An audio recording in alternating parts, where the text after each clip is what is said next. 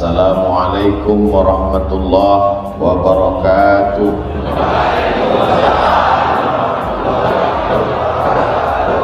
Alhamdulillah binikmatihi tatimmus shalihat. Wassalatu wassalamu ala sayyidis sadat wa ala alihi wa ashabihi ahli al-fadaili wal karamat. Subhanaka la ilma lana illa ma 'allamtana innaka antal alimul hakim. Rabbi shrah li sadri wa yassir li amri wa hlul 'uqdatam min lisani yafqahu qawli. Yang sama-sama kita hormati guru kita semua, Al-Mukarram Kiai Haji Muhammad Akhir, para asatiz, hadirin hadirat, Bapak Ibu, muslimin muslimat, insyaallah semuanya dimuliakan Allah Subhanahu.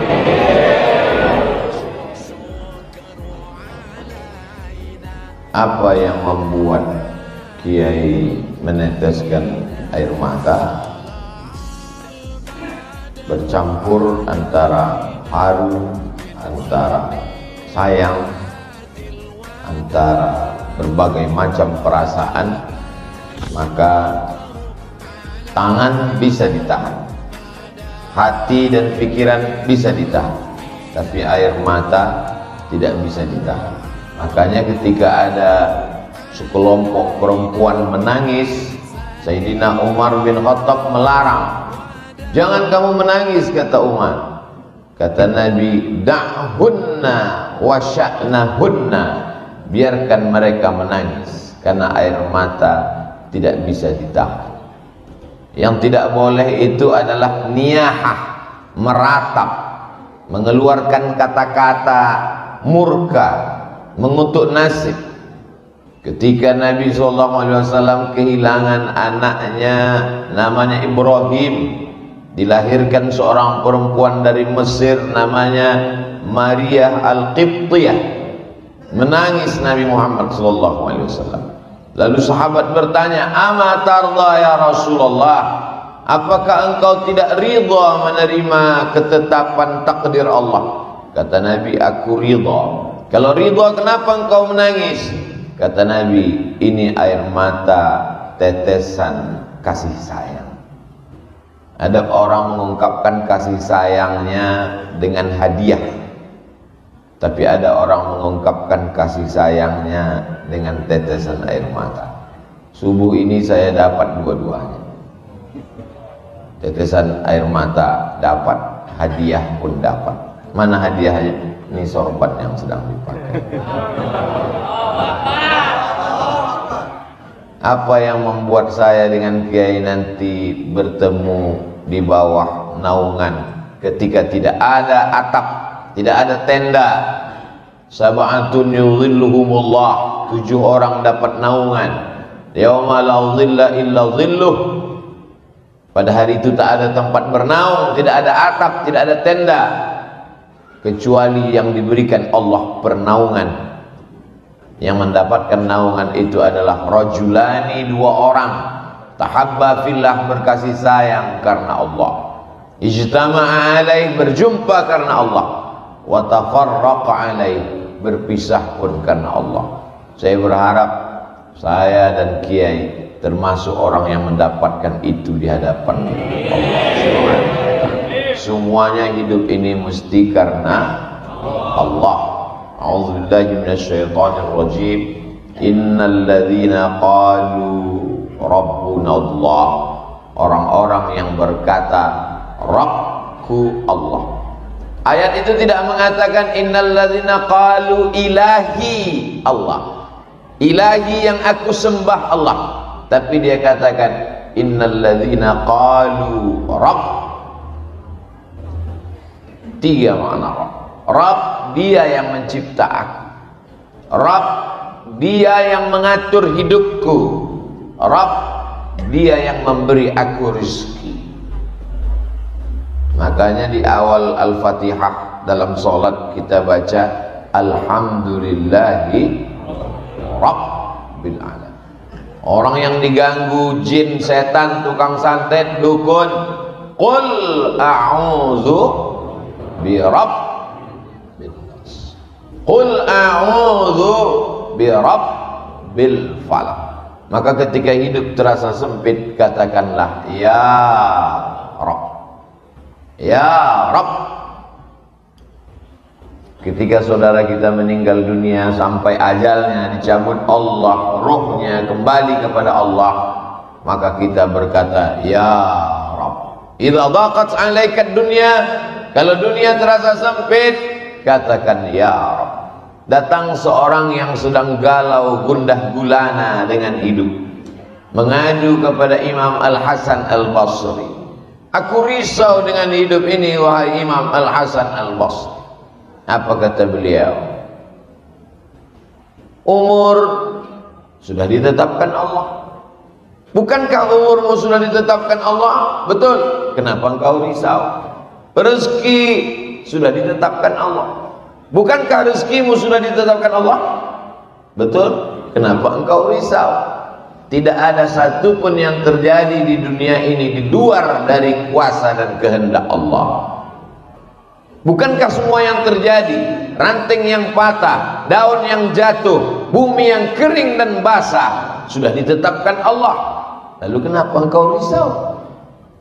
Jadi kalau terasa risau, balikkan dengan ucapan Rabbunallah. Kalau perut lapar, Rabbunallah. Tapi kita bukan kelompok Jabriyah. Jabriyah berserah kepada takdir, tak ada usaha. Ini ahlul bid'ah wad dhalalah. Sedangkan kita adalah ahlus sunnah wal jamaah. Ada usaha dan ikhtiar. Rabbunallah, tapi ada usaha. Ini jangan nanti kajian ini dipahami secara tekstual, keluar dari sini dari masjid Rabbunallah kata Ustaz Somad, tapi helm hilang. Ya, dikunci, digembok, diikat. Kami dulu di pondok sendal aja digembok. Keluar dari masjid kuncinya hilang, sendalnya ada. Rabb, Allah menyuruh kita berusaha dan berikhtiar. Innalladzina qalu Rabbunallah. Oh, kami sudah ngaji dengan Ustaz Abdul Somad, kita mesti berani berkata Rabbunallah, maka takut dan cemas kita akan hilang. Idhuma fil ghar, ketika mereka berdua berada di dalam gua. Idhuma fil ghar, ketika dia Nabi Muhammad SAW berdua di dalam gua. Kata, baru mati lampu aja udah cemas. Baru dikaji Rabbunallah, begitu mati lampu langsung. Oh, mestinya Rabbunallah. Kalau mikrofon mati baru Ustaz cemas.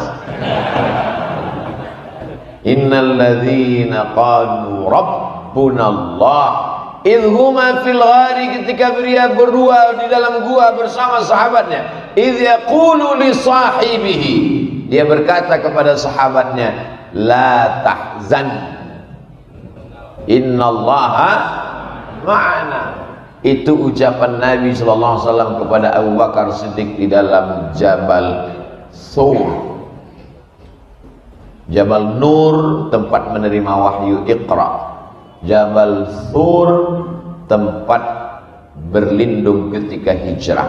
Jabal Nur, tempat menerima wahyu Iqra.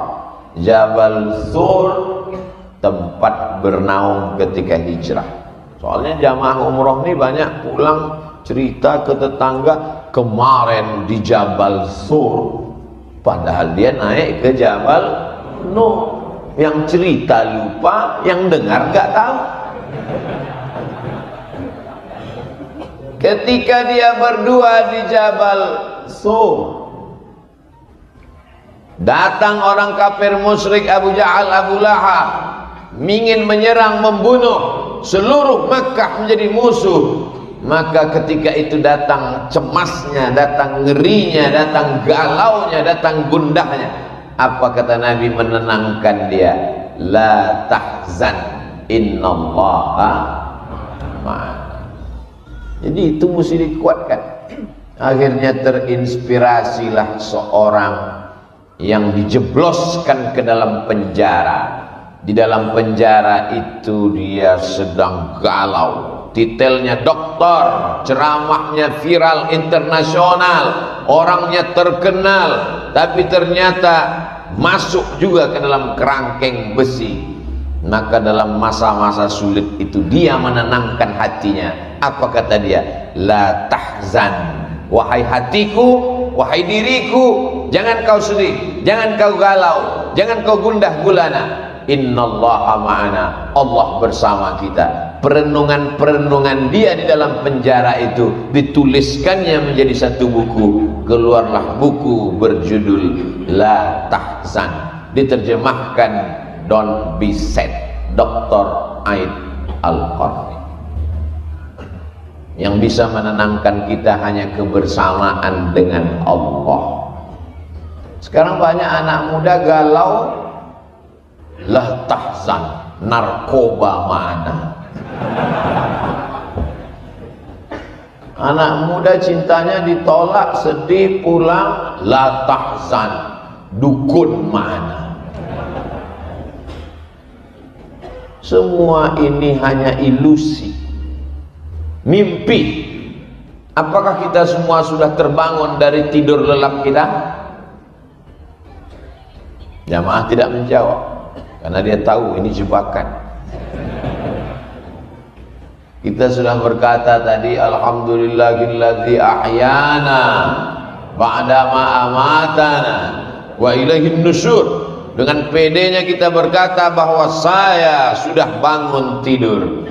Kata Sayyidina Ali karramallahu wajhah, belum. An-nasu niyam, manusia itu semuanya tidur. Kita ini sekarang sedang tidur lelap. An-nasu niyam, manusia itu tidur. Falamma matu, ketika mereka mati, intabahu, disitulah dia baru terbangun dari tidurnya.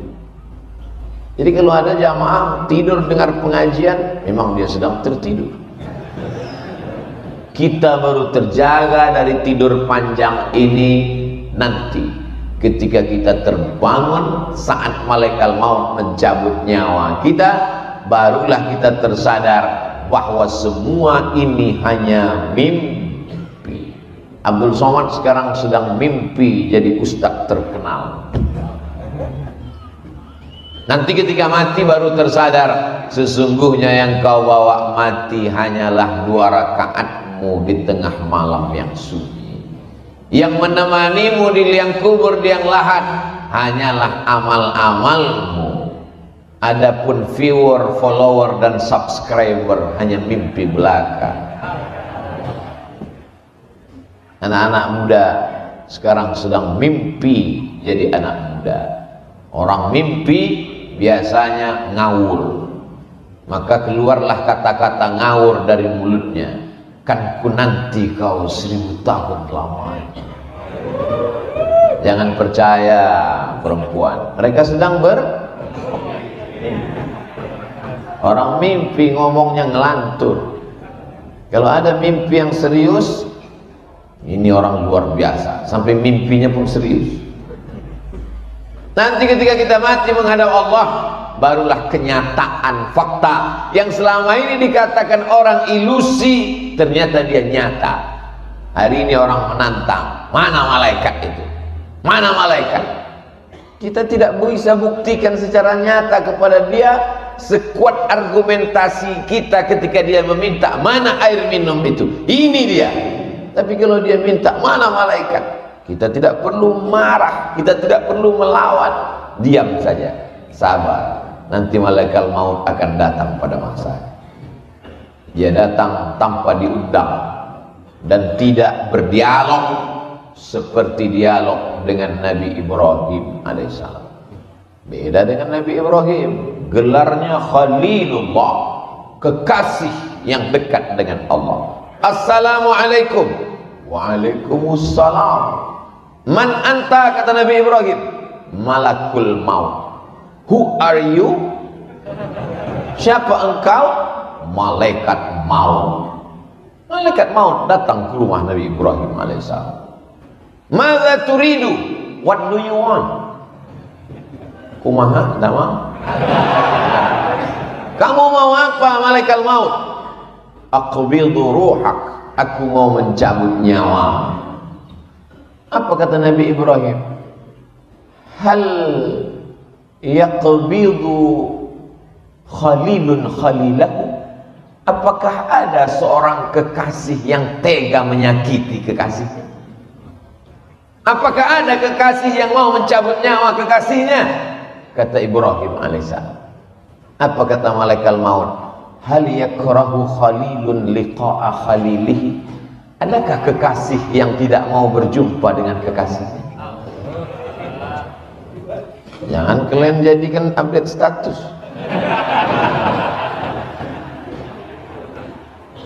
Sesungguhnya kehidupan yang indah hanyalah kehidupan bersama dengan Allah. Walaupun seluruh Makkah membencimu, walaupun harta bendamu tinggal, walaupun rumahmu dimasuki orang, walaupun nyawamu hampir melayang, tapi kalau kau bersama dengan Allah, maka semuanya menjadi indah. Al-hayatu fi zilalil Quran ni'mah. Hidup di bawah naungan kalam Allah itu nikmat. La ya'rifuha illa man dzaqaha. Tapi yang tahu hanya yang pernah merasakannya. Yang tahu itu hanya orang yang pernah merasakannya. Bercerita tentang rasa, maka kata terlalu miskin untuk mengungkapkan tentang rasa. Rasaku bukan rasamu, Beb. Untuk menceritakan rasa kopi aja kita susah. Untuk menceritakan, susah untuk meyakinkan bahwa bunga itu harum, karena lalat menganggap tong sampah lebih wangi daripada bunga. Bagaimana kita mau merasakan nikmatnya sholat subuh berjamaah itu indah? Orang dia bangunnya jam 8 pagi. Diundanglah saya oleh Gubernur Jawa Barat yang dulu, Kang Aher. Dia siapkan kopi. Ustadz Somad, ini kopi terbaik, sudah ikut musabakoh kopi internasional. Bibitnya dipilih, tanahnya dipilih, buahnya dipilih, lalu kemudian masuk dalam pabrik pilihan. Dan ini tetesan demi tetesannya diperiksa, disuguhkan untuk Ustadz Abdul Somad. Coba Ustadz cicipi dulu. Masalah yang lain Ustadz guru, tapi dalam masalah ini saya ajarkan Ustadz bagaimana cara mencicipinya. Letakkan bibir gelas ke bibir Ustadz. Jangan langsung diseruput, tapi pelan-pelan. Jangan langsung ditelan Ustadz, tahan dulu, dikulum sebentar. Ayo Ustadz, silakan telan. Saya pun telan. Gimana rasanya Ustadz? Pahit kan? Untuk merasakan nikmatnya kopi yang katanya juara musabakoh itu pun Somad belum bisa merasakannya, apalagi merasakan kebersamaan dengan Allah. Jadi apa? Perlu proses latihan.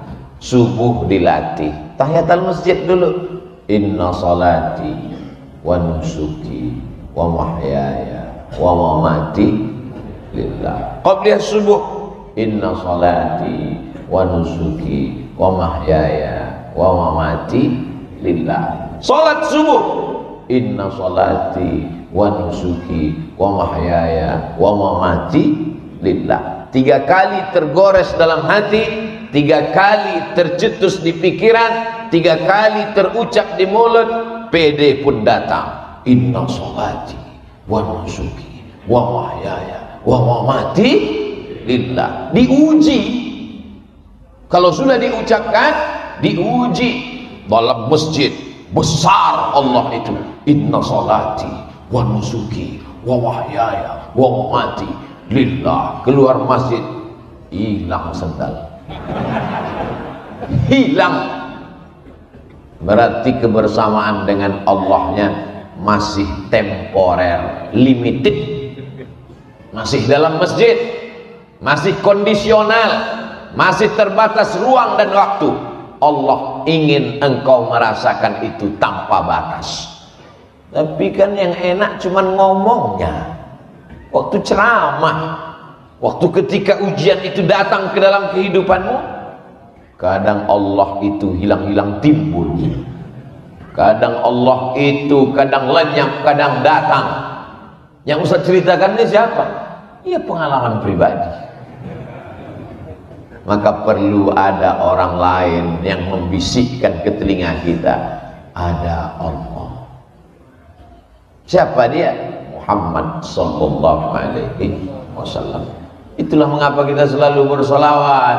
Allahumma salli ala sayyidina Muhammad wa ala ali sayyidina Muhammad. Gandingkan nama dia dengan nama Allah.